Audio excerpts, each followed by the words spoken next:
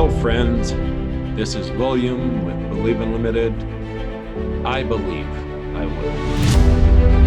And today's topic, loving the contrast. Every one of us has those experiences that we don't like, that we're not excited about experiencing.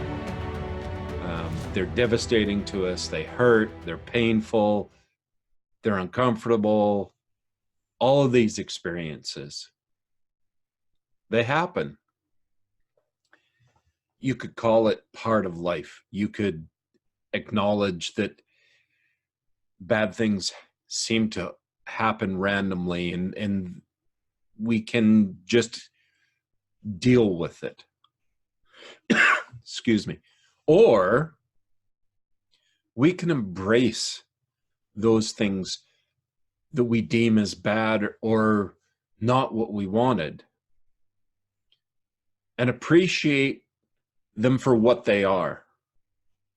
It's a full-on recognition of what I don't want to experience in my life.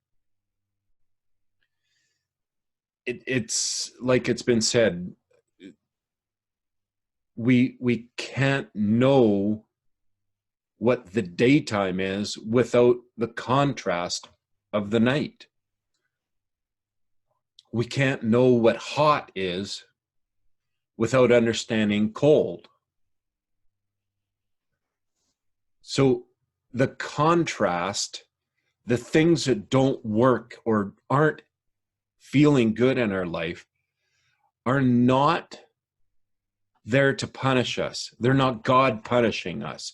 They're not those things that are against us.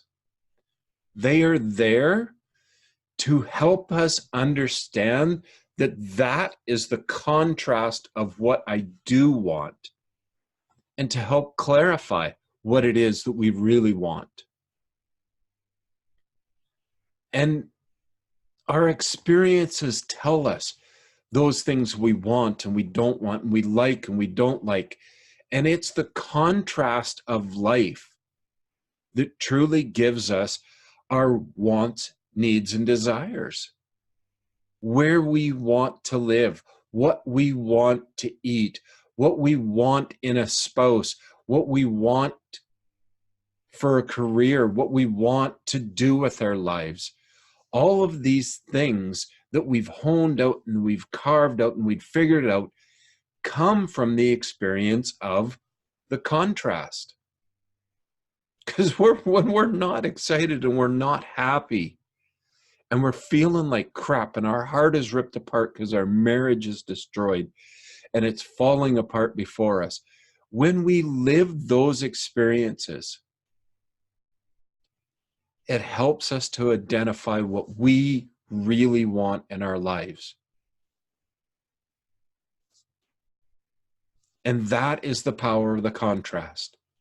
And that's what I mean about loving the contrast. I don't mean loving the pain, loving the hurt, loving the discomfort, the bully, we don't have to love those events. But we need the contrast in our life so that we can fully live into our own personal desires. Because when we have a desire, it opens opportunity to us. And we move towards that opportunity, and we may not be sure of what that really looks like. Without the contrast, we don't know what the next step is. And if the contrast that we're stepping into that we've never done before, we relate it and mirror, look at the opposite of the experience that we have had, and we can judge whether we want this experience or whether we choose not to have this experience. Loving the contrast is about loving your own life and loving the experience that you're having, and not living in the, oh, I feel so good because things are good. Oh, I feel so bad because things are bad. But living life in the moment of, wow, Okay, this is not what I want. So what do I get to choose? What do I have before me that I can take this information and now apply it to where I want to be and create a new want or a new desire, or to affirm the decisions we've previously made?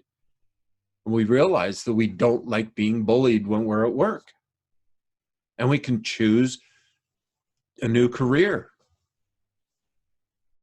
And it doesn't mean you'll never have that experience again. What it means is now that you really know, you can address that. You can make new choices in the moment that you experience those. You can speak up, or you can have learned that speaking up's not the good thing, that you can go to a different person, or you've learned through the contrast of life. So love the contrast. Love all those things that have gotten in your way, and be excited that they only help me and you with figuring out what it is that we really want from this experience that we call life. And when we can love the contrast, we're living in the world of awesome. I know you are awesome. So you stay awesome. And we'll catch you next time.